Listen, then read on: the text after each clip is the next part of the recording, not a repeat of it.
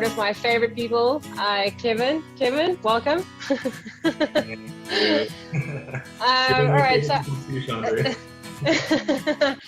all right, so Kevin's online all the way from British Columbia, right? Yes, Vernon, BC. All right, Kevin. So tell us a little bit about yourself. Like, what have you been up to? A little bit about myself. What have I been up to? I have worked in the service industry my whole life here in Canada, like coffee shops, bars, restaurants, nightclubs, fast food, like everything. But lately I've been doing a lot of fine dining serving, as a food and beverage server. And a couple years ago, I really wanted to get onto yachts. I had heard about the yachting industry probably 10 years ago, but just never could find enough information to help me have the confidence to know that I could move forward with yachting and get into it. But anyway, a couple years ago, I did finally pursue that. But currently with coronavirus and all that stuff that's happening, I am in British Columbia, Canada, staying with my parents, riding this all out, and just trying to enjoy some of the simpler things in life. Yeah, that's really cool. Like it's kind of a blessing in disguise sometimes to just like, it's like a forced chill time. Yeah. Okay, so I wanted to talk to you about the time that you've been in yachting. How did you get in? I mean, what is it that made you decide to get in, and then what were the steps that you took in order to find your job? So I decided to finally pursue yachting because I was watching all these YouTube videos actually about sailing around the world, and I would love to sail around the world someday. And I have some credit card debts, some stupid debts that I need to take care of before I could ever really consider the whole sailing thing. So I figured I might as well get into yachting, be making money being on the ocean, and start learning some of these skills, and just learning what it's like to be at sea for who knows how long at a time. Yeah. So I got rid of most of my stuff, took some important things to my parents' house that are stored in the basement, and you have someone there? Yeah, sorry. All good. But yeah, I brought some of my important things to my parents' house, and then I started making my way down to Florida, actually in September of, I don't know, what year was it? I think September of 2017. And as I was on my way, Hurricane Irma came through, and like the day my flight was supposed to take me into Florida, the hurricane hit. So my flight was obviously canceled and then rescheduled, but I didn't even know if yachting was gonna be a thing. Like I don't know the industry well enough. But anyway, I reached out on some Facebook forums and found some answers. People assured me that yachting was still gonna happen. So a couple days after the hurricane hit, I went down to Fort Lauderdale and was staying in a crew house. We didn't have power for a couple of days, so it was really, really unbearably hot and uncomfortable and muggy, gross. But anyway, got there, and then the schools reopened, and I did my training there. So Okay. I got my STCW 95 through Blue Water in Fort Lauderdale. And actually at the beginning, I was thinking I wanted to be a deckhand and learn all that stuff on the exterior of the boat and just challenge myself with something new. So I actually did an entry-level deck week course, which just was I think a 5-day course teaching me a lot of the basics that I would need to know when I get on. Was that through Blue Water as well? That was through Blue Water as well. Okay. Yeah, and I got my powerboat level 2 license as well, which was a lot of fun. That was with Blue Water too, and so we were out in the open ocean and driving the tender, and it was a lot of fun. And I ended up meeting another friend, Chloe. Actually, we had just met for the first time in Fort Lauderdale. You know Chloe. Yeah. And she convinced me that with all of my experience on land with service and fine dining restaurants, she's like, Kevin, like it's a no-brainer. You should really go for the interior on yachts. So I did kind of keep both options open, but eventually I did end up getting my first job on the interior as a steward. But it took 1.5 years to finally get my first job. So it's not easy by any means. Yeah. Yeah, that's crazy. That's a crazy long time to be looking for work. I wasn't actively seeking work that whole time. I spent about 5 months in Florida trying to make things work, and I did get lots of day work, both on the exterior and the interior.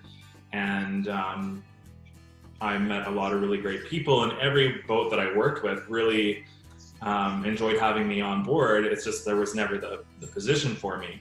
And I think there was a few things going against me. Like I'm a little bit older, I'm in my mid-30s, and then going for a male steward position, there just aren't as many of those positions available. But I wasn't expecting it to take 1.5 years. I thought within 6 weeks of getting all my training done, for sure I would be employed, because who would want to employ me? So did you end up doing a cocktail course or a bartending course? Or not specifically for yachting, but in my restaurant experience, I had many opportunities over the years to do lots of extensive training on spirits, wines, and cocktailing. And I just have an interest in cocktailing. Okay. So I would say I'm a hobby mixologist. When I get together with friends, we do some really good cocktails, and I've learned quite a bit that way. Yeah, that's really cool. Okay, so I have one question though. Do you think that you might have been able to find work faster if you had taken a few deckhand roles and then moved your way on the interior, or do you just prefer being on the interior? I mean, it is fun on the inside.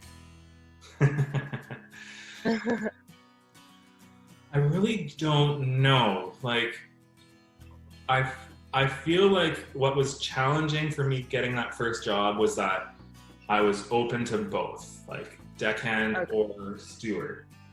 Yeah. So I felt like when I was communicating with people and doing day work, I was open to both, but I think people on boats and yachts were more wanting someone who knew exactly what they wanted.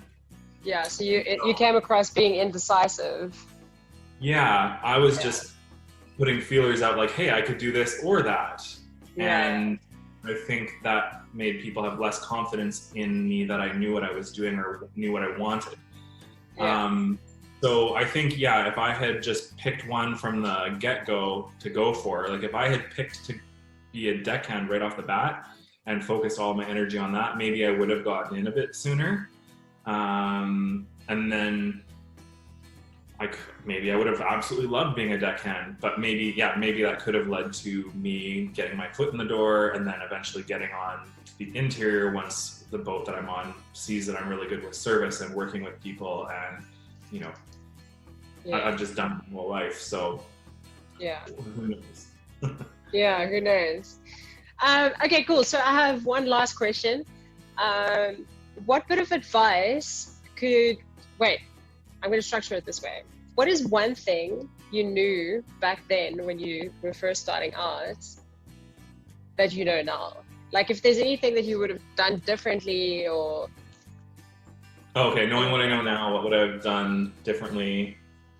Yeah, what is one thing that you wish you knew then that you know now? What would I wish I had known back then?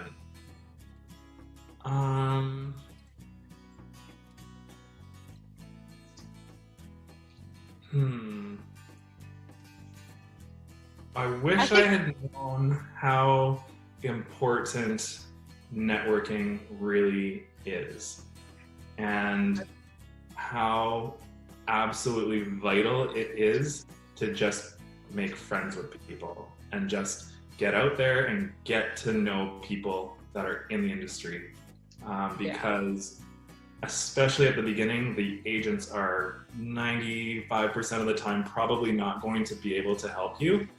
And most of the work that I have found has all been through people that I have met in the industry that like me. Yeah, that's really cool. That's very good advice. What is, do you have any advice for people just starting out? Somebody that, you know, has just found out about the industry, they're about to do their courses. Is there anything that you could advise them on doing, or a mental state that they need to be in, or anything like that? I would say, what would I advise people getting into the industry? I would say be financially prepared to like hold out for at least, 2-3 months looking for your first job. Like at least make sure that you're set up that you can give it a solid 2 or 3 months, because it might take longer than that to even find your first job. So have that expectation that it might not happen right away, and just have fun in the beginning, meeting new people, networking. Don't have too much fun, at the same time, but have fun and make some great connections, because at the end of the day, one of the best things about yachting for me happens to be the people that I end up getting to know, who are also crazy like me in deciding to pursue this thing that you just don't know if it's ever going to work out or not. I mean, it's a crazy hard industry, and really rewarding though. So focus on the connections you can make and building friendships and relationships with people. Awesome. That's really, really awesome. Thank you. Thank you so much, Kevin. Yeah. Welcome for contacting me about this. Yeah, cool. All right. Thank you so much, Kevin. Guys, stay tuned. There will be so many more interviews to come. Cheers. Cheers.